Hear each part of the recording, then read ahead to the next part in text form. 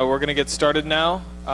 Daniel Patterson is going to talk about types and testing in Haskell. I'm sure many of you have seen Quickcheck, but he's going to show us a little bit how you can go beyond that kind of stuff and introduce some new concepts in that area.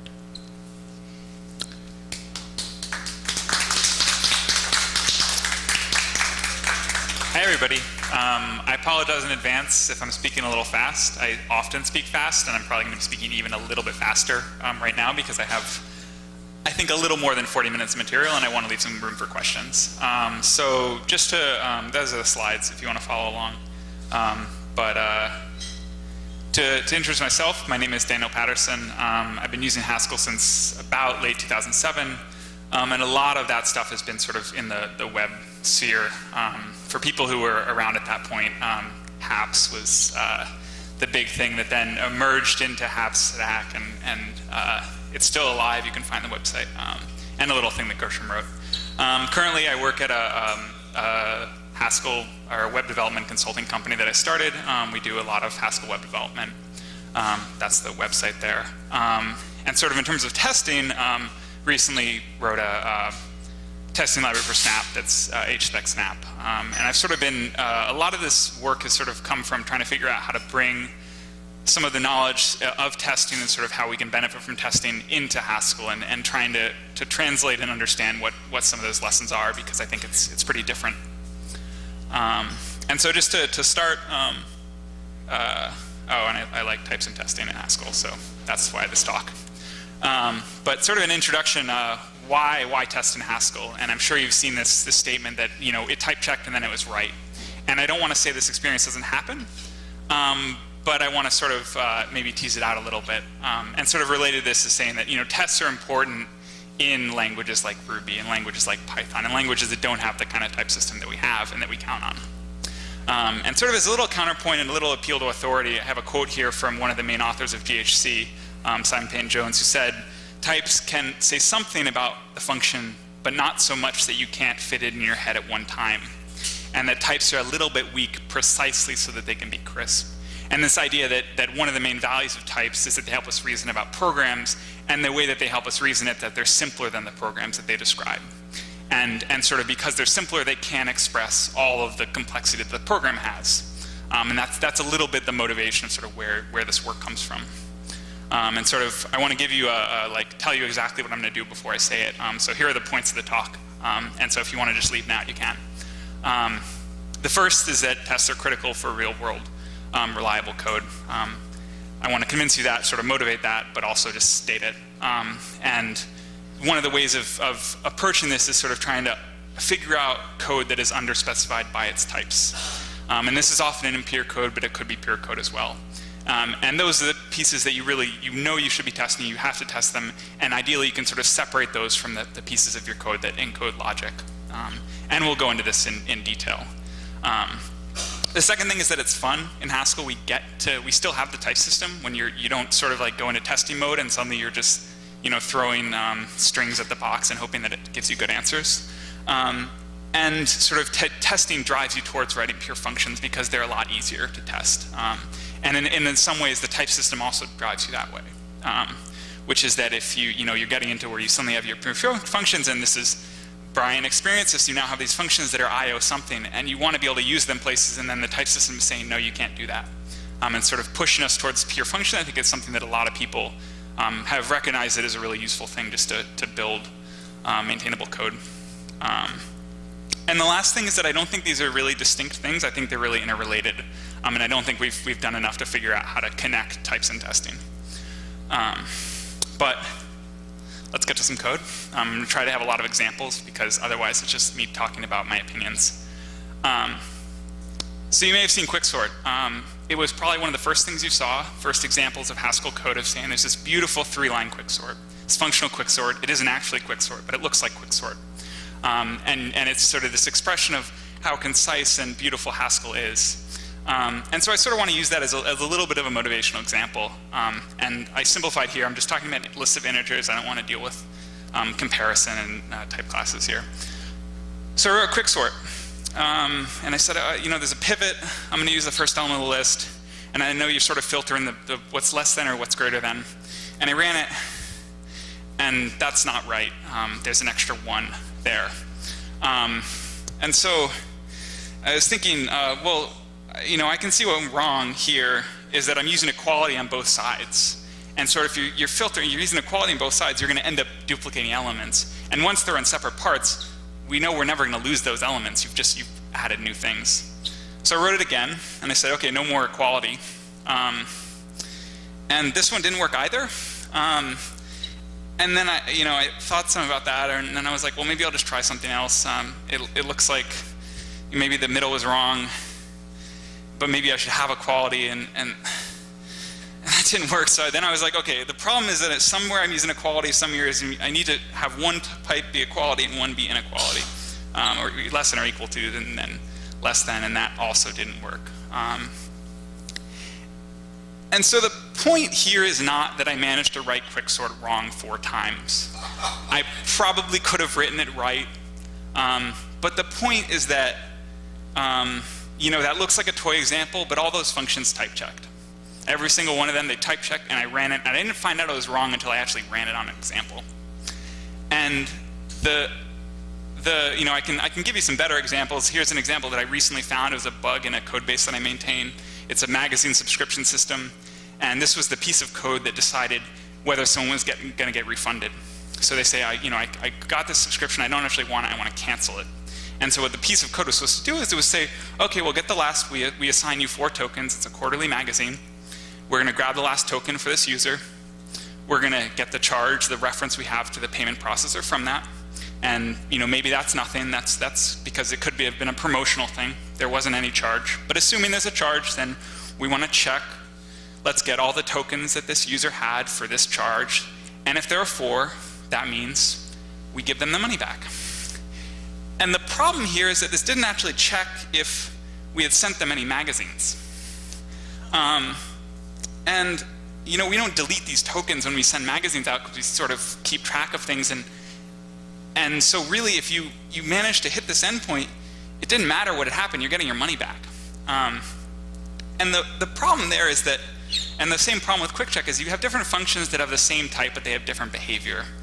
And so in this case, we had this get user tokens with charge that took a user ID and a charge ID and gave you back a list of tokens. And you had this get unfulfilled user tokens with charge, and that was the function we really wanted, because we didn't want to just give everybody their money back.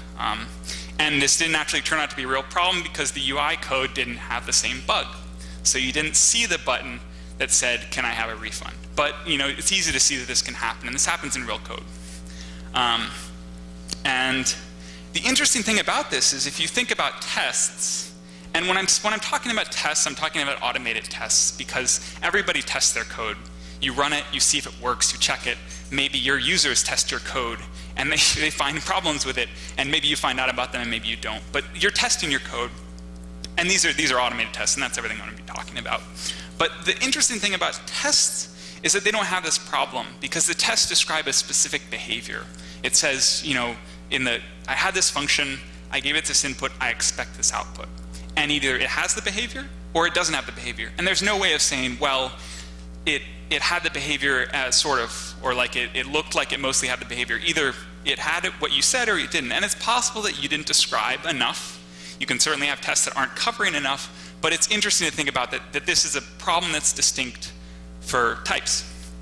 And just to give this is the test that caught the bug on the previous slide. I was being bad, I wrote this test later, and as soon as I wrote it, it started failing, and I was saying, wait, what's going wrong? You shouldn't actually be able to cancel. And sort of to explain this is using the HSpec snap library. This is the first line. We're creating a new subscriber for the sake of the test, and then we're creating an issue of the magazine, and when the issue is created, it should be assigned to every current subscriber that can get it.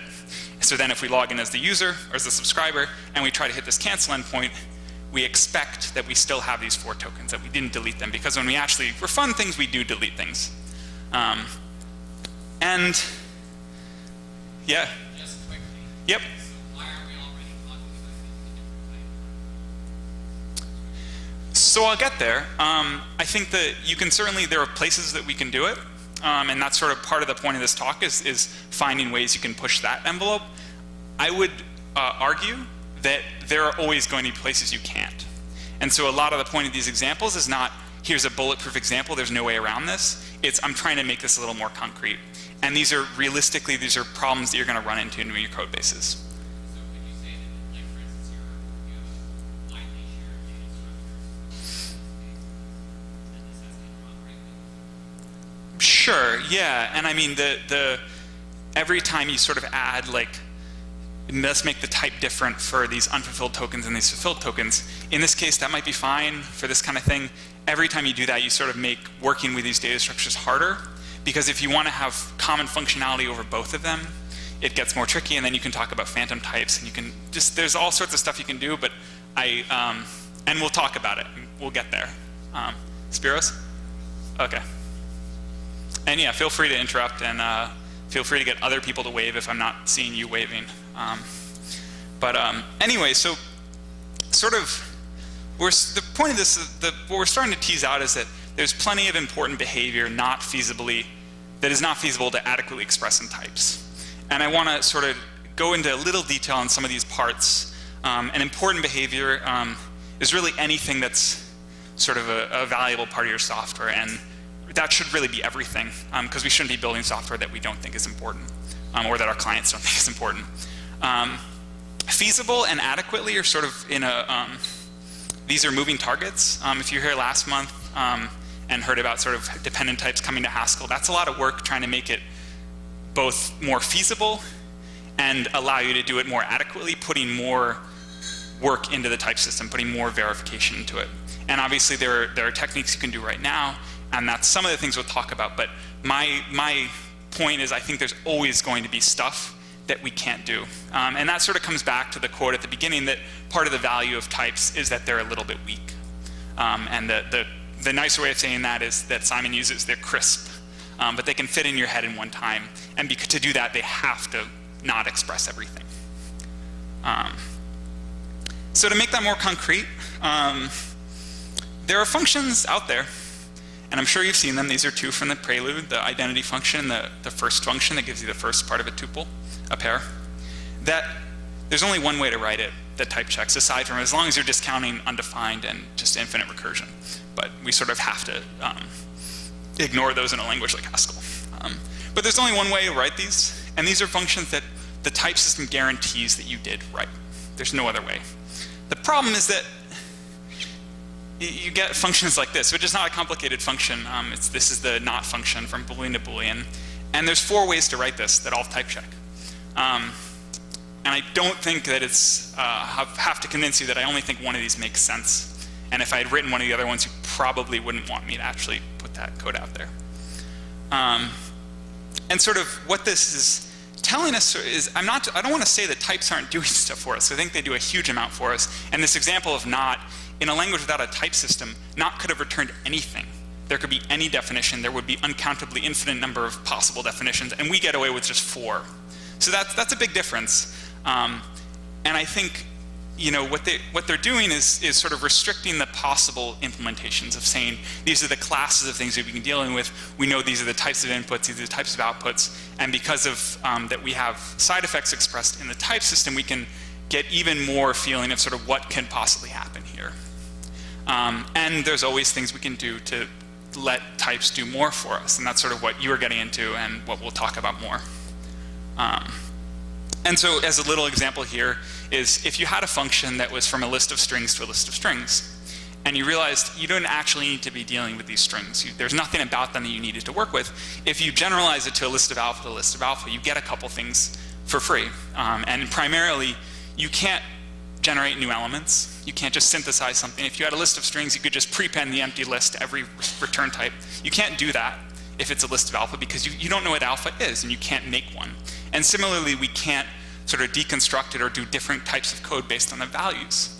If we had a list of strings, we could say, if it's the empty string, you know, return the empty list, and otherwise just return the whole list. We can't do that when we sort of generalize in this way. And so there's definitely things we can do, and we'll talk about sort of other things, and I'm not trying to say this is like the one true way, but just as an example of what types can, and how we can use them.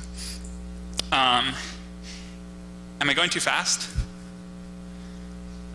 Yeah, okay. So, and maybe even more than thinking about a single function that you're writing, this little piece. Types really help us in maintaining whole systems. And they sort of allow us to isolate parts and say, well, this is a certain way, and when you write this function, it has this type, and we know we're going to use it correctly. And really, writing code from scratch is a lot easier than maintaining code. When you're first writing a program and it's a couple hundred lines of code, especially in a language like Haskell where the type system is giving you so much, there's a good chance you will have all the rest in your head, like all the details you have to keep track of. They're there. And so you do get this experience of you compiled it, once you got all the compiler errors to go away, it ran and it was right. And that's great. The thing is, if that's all you do, if all you do is write new programs from scratch and there are always a couple hundred lines of code, you probably don't need tests. And most of this talk is probably not going to help you. On the other hand, if that's all you do, you're probably not doing this professionally, because a lot of what we do is maintain systems, and systems get bigger and bigger and bigger, and it's not uncommon for you to be, what you're doing is trying to add a little feature or fix a bug in a couple thousand line or maybe tens of thousands or hundreds of thousand line code base. And sort of to make this more concrete, if we had some store and we had a way to add an order to it, or adding an order to like an audit log or something, and you wanted to say this customer got this product at this time. Even if I had this add order function, even if the body of the function, we had these new type customer ID and product ID, and they're just sitting around integers, just integer IDs there. Even if the body of the function just is identical, because in the constructors, or in the the argument position, we deconstructed this and we got this C that's an integer and P that's an integer. This is still, I think, a function that will be misused a lot less. And the most obvious way is you can't interchange the arguments. If you just forget, was it customer first or product first? In the case where they're integers, it doesn't matter. You just, it'll blow up in some way, or maybe it won't blow up, and you'll just record that, customer number 2 purchased product number 4 instead of the other way around. Or maybe you ended up passing in numbers that don't have anything to do with either of these models. So the types sort of restrict the ways that things are used, and that's important, and that's really different from tests, and we'll sort of get back to that a little bit. So that's sort of a couple ideas of sort of ways in which types help us write more reliable code. And I don't think I'm really going to provide a ton of new things here, because it's probably a lot of the reason why you're interested in Haskell in the first place. We talk a lot about correctness and sort of getting things, a lot of stuff for free. And tests, I want to argue that tests function pretty similarly, in that they talk about, they either rule out particular properties of bad implementations. So you're saying that you want this certain behavior to hold, and anything that doesn't have that behavior is going to fail, and you'll know right away. And the other way to think about that is they restrict you to sort of sets of implementations that have a certain behavior that's good. So it may do all sorts of other things, but it at least does this thing. And that means something. And in a similar way that that there's a lot of ways this could go wrong, but that no matter what, it's going to be processing the right types, and it's getting the right data in, it's putting out the right shape of data. Maybe it'll be a little messed up, but it gets you a lot. So that's a lot of talk. I want to make it a little more practical, and I'm going to give you, this is sort of my recipe for doing this kind of work. And sort of TDD and Haskell, if you're familiar with TDD, test-driven development, test-first development, whatever sorry, I won't say nonsense, but whatever the next word they came up with, which is the first step is figure out your types.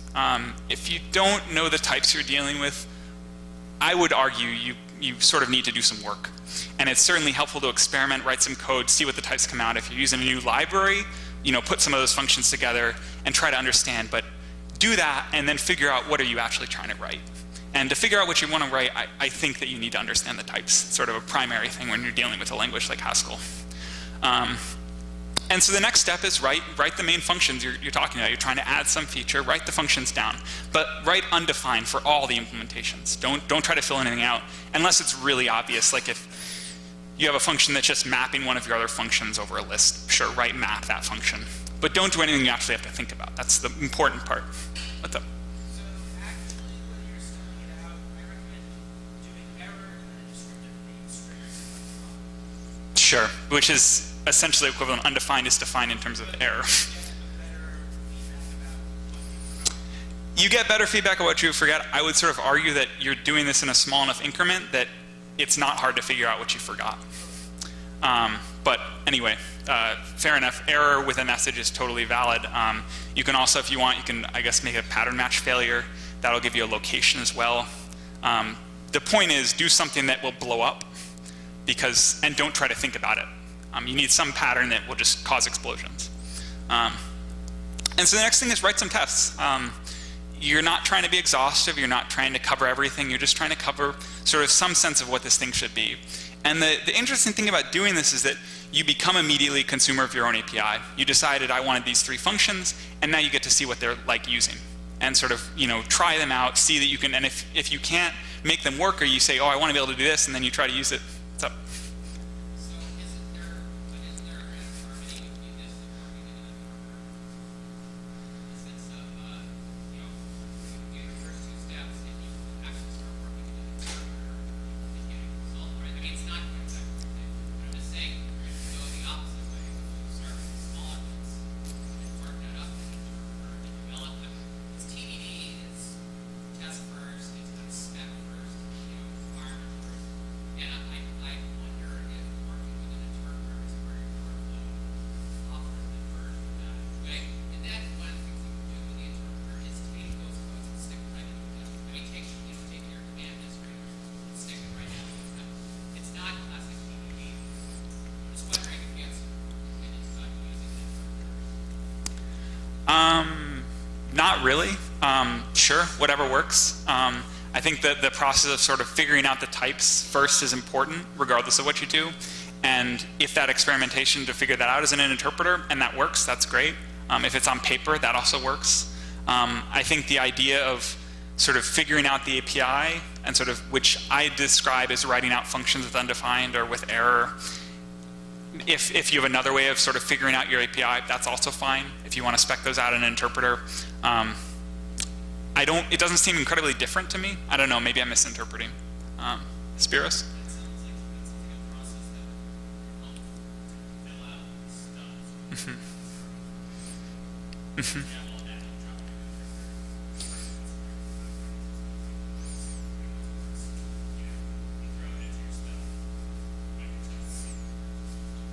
I think whether it's the bring up Haskell is an interesting language in that you can go over like a lot of times you have this kind of artificial vibe in other languages. Oh, my language is compiled by those people are like FBFS. Could I suggest that we maybe hold off on sort of debating this until the pulp, and at this point we listen to one approach.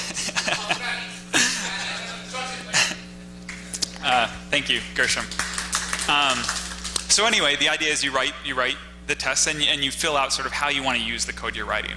And the important thing about this is a design point. This is not just you're trying to get it correct, you're trying to understand, is this a good choice? And if you decide it's not, go back to 1, start over at your types, or maybe go to 2 and rewrite the functions. And then you have this, now you're ready, you just fill in the implementation, get rid of undefined or error, whatever, fill it in with actual code. And the important thing obviously is you should run the tests before and after this, because you want to make sure they're failing at the beginning. And if you've done this process where you have undefined all over the place, it'll be really hard for you not to get failures, but it's possible certainly to have tests that don't actually tell you anything. So I want to give another example. This is a little code example. I'm just going to talk about converting a binary tree into a flat representation, which just means it won't have any recursive parts. It's sort of a list of node marker start, node marker end, node body. And this is obviously very small. It's supposed to be slide sized. So I'm using the HPEC library. You can use whatever you want. And so we started with the types. And so this is a standard binary tree. We're just putting integers on the leaves. And here's our flat representation. It has a start and an end and a leaf with an int. And the important thing here is obviously t-flat doesn't refer to itself in its type, or else it wouldn't be flat. And so our function is just flat, and it goes from a t to a list of flat nodes. And it's undefined. And so we write some tests, and I just wrote this little helper. I did this mostly because I'm at like a 60 character limit on the screen, not because you actually would probably do this. But flatten to just HSpec, you give a descriptive message. It is sort of the declaring a test, and the description message, and then the actual test, and should be as an equality test. So we want a leaf to flatten to an end leaf. That's pretty obvious. We want a node with 2 leaves to flatten to an end start, an end leaf, and an end. this is getting a little longer, node with a node inside it leaves, you probably get the point. And I just did the other option. And so we run this, and we get 4 failures. It complains about undefined. And so now we just write it. And so we know the leaf should be leaf, and this looked right to me. It looks like you could start with the start end, flatten, end. And we run it again, and it succeeds. And so at the basic level, that's all there is to it. Gets a little more complicated with impure code, and there's a lot of stuff you can do with property testing libraries like Quickcheck. I'm not going to go into them because there's already a lot of stuff to talk about, and I don't think they substantially change the process. They just maybe do a better job at certain kinds of things. But really, you can start doing that. Create a main file somewhere, put some of your functions in there, and start writing tests for them. So I want to summarize. This is sort of the first part of the talk. Summary is, testing is still important in Haskell, but it's a little different than in other languages. And I think the reason why that is because we have these types, and I think types should always be primary. And that's sort of the reason why you have this first step of figuring out your types. And the reason to do that is that you're guaranteed that they're consistent across your whole program in a way that sort of types or tests are talking pretty locally. And they're usually pretty lightweight, depending on sort of what you're trying to do with them. And the third thing is just test before you write implementations. Especially when you're writing testing frameworks, it's really easy to have things that don't tell you anything. I was on a project a year or two ago working on a reference implementation of Python, and we had these tests that were testing standard output and standard error. And the tests that were positive saying, oh, it should print this, were great. And the tests that were saying it shouldn't print this, there were times when it wasn't printing anything because the whole program was crashing. And they were still saying, oh yeah, it's great, it didn't print it, no exception was thrown. So be careful of that. But in general, if you're using libraries that are like testing libraries, that's a lot of what they do for you.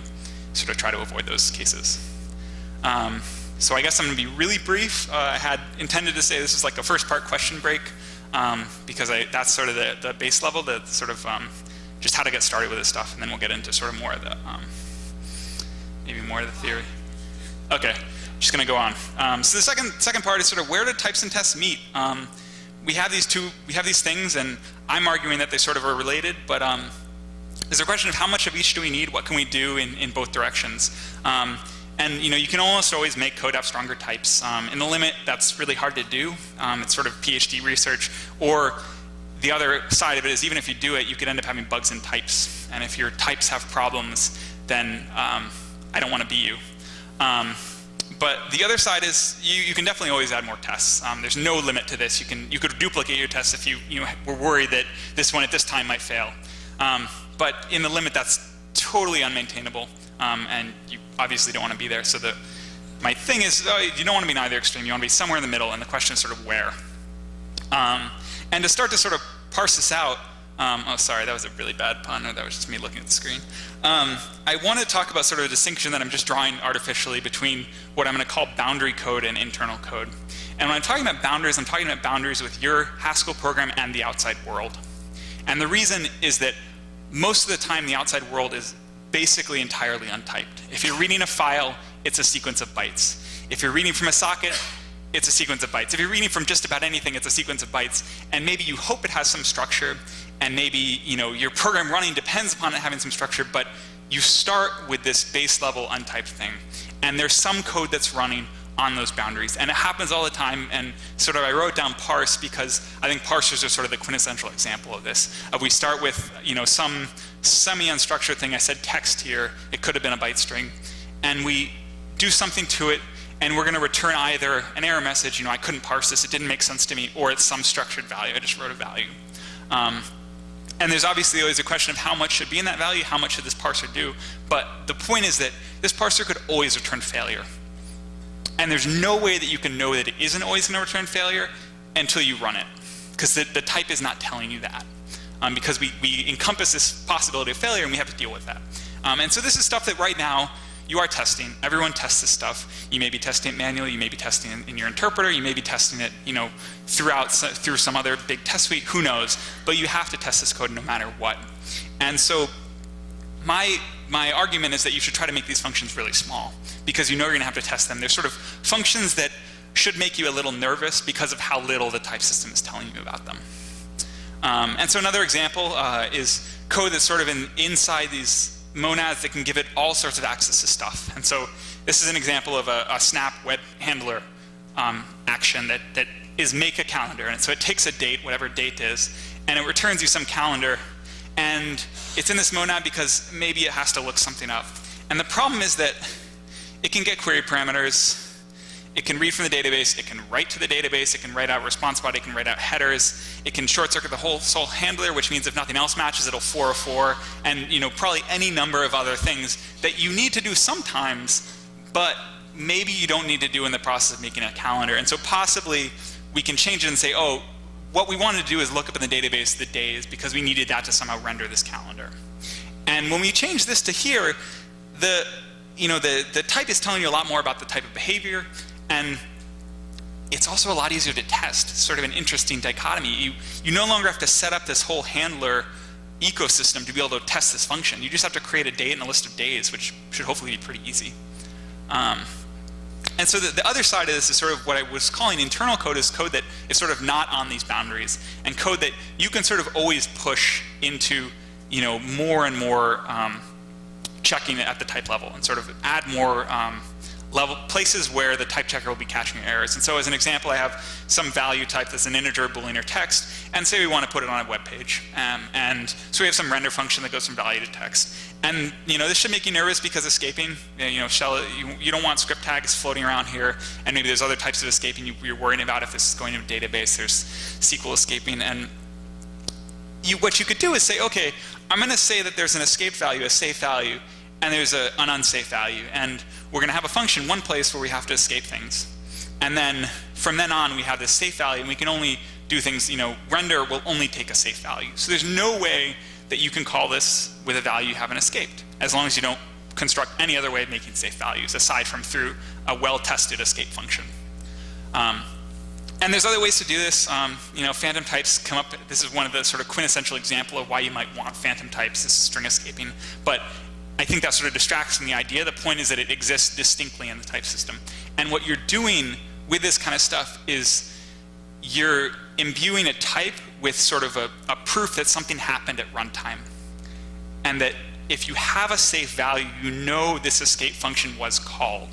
And that's the important thing, because the escape function can do anything. We don't have to worry about what can we possibly express in the type system. We can say, I know that we have to look for this certain string and get rid of it. And anyway, yeah, I'll keep moving, try to keep moving. And so the place this relates to tests is, the main thesis is that we want to cover functionality that's unspecified or underspecified for types. That's the place where we feel nervous about it. That's the place where we're not thinking that the type system is doing so much for us. And so that boundary code is prime territory for that. And I think it's not really surprising. I think that's stuff you're already testing. And so in the last example, you definitely need to test to escape. You may or may not need to test render. Depends what it's doing. If it's doing something really basic, like just showing the thing, then forget about it. But escape is scary.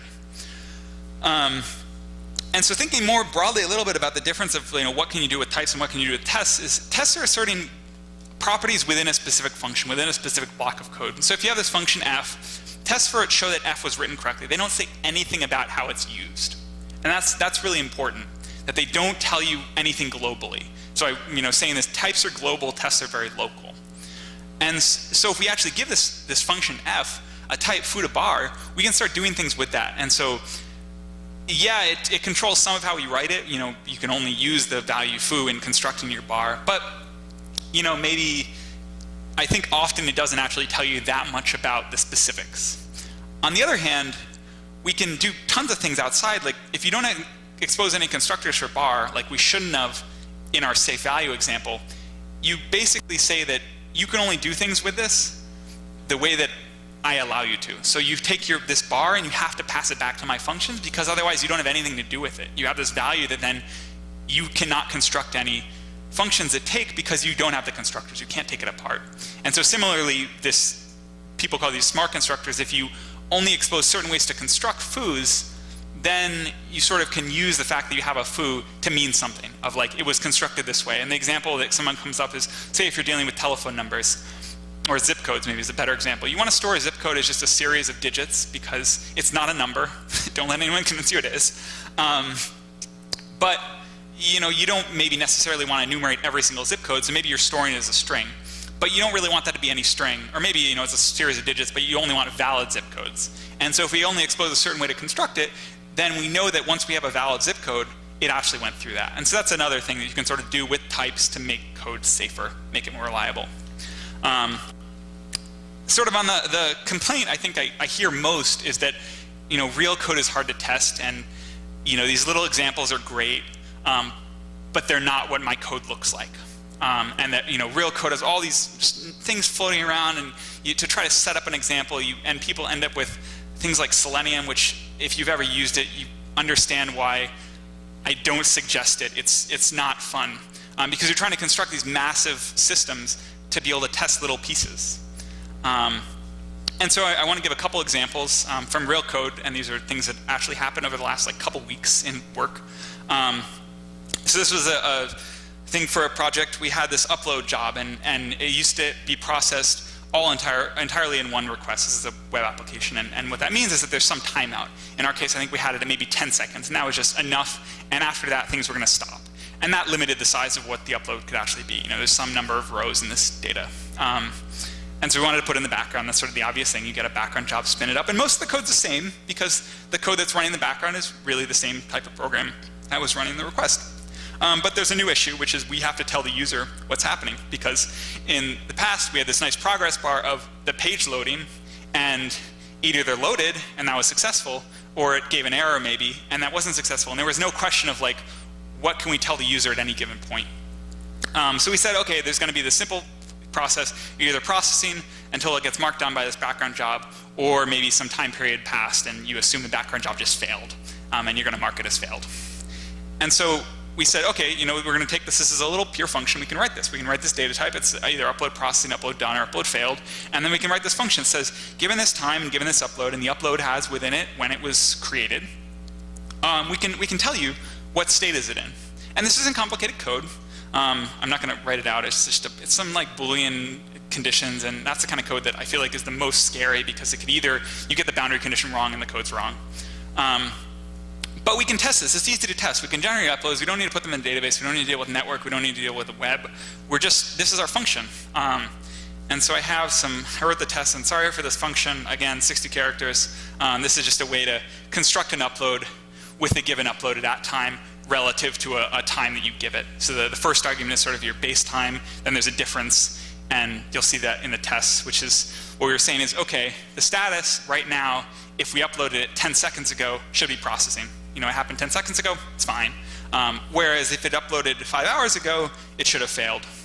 And the last things are saying, if it's ever was finished, if someone marked it finished, regardless of what the time is, it should be done. And that's not a big example, but that's kind of the point. And that point is that if you have non-trivial logic, pull it out as pure functions. Take your logic out of the code, and it suddenly becomes these trivial little functions, and they're easy to test.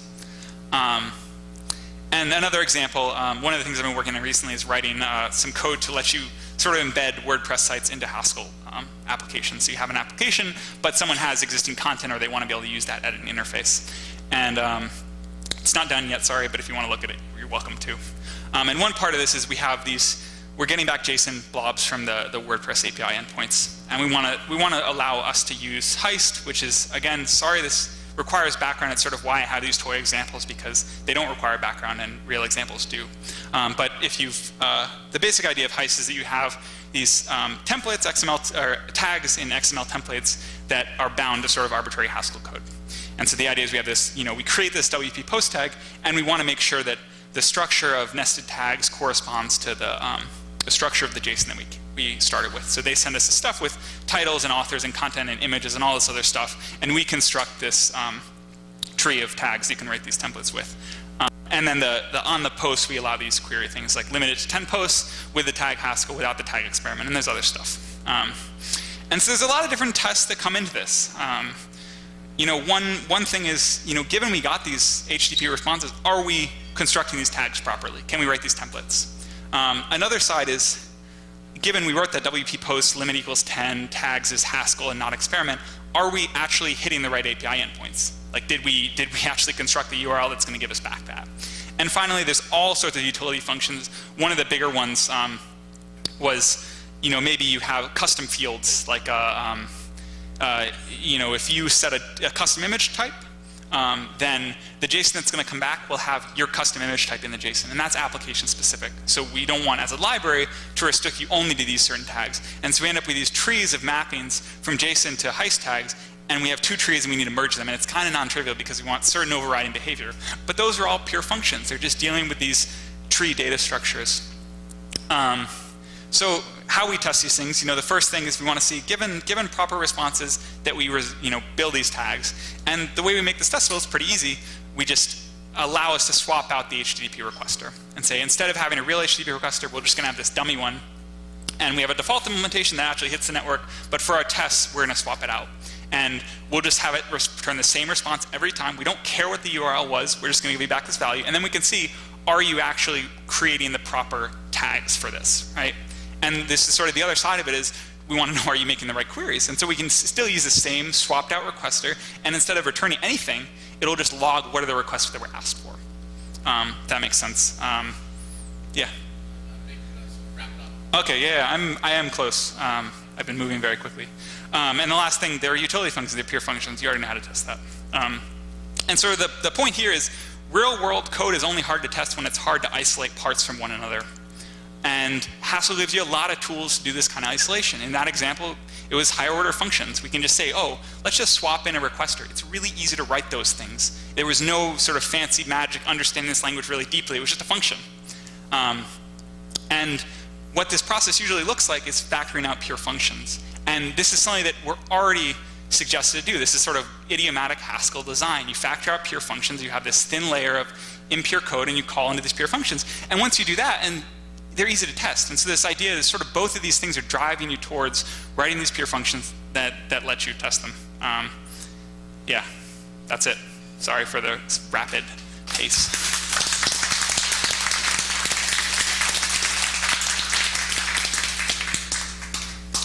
Questions? Maybe a few?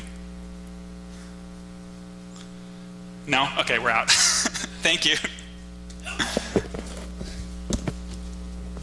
All right, thanks to our speaker.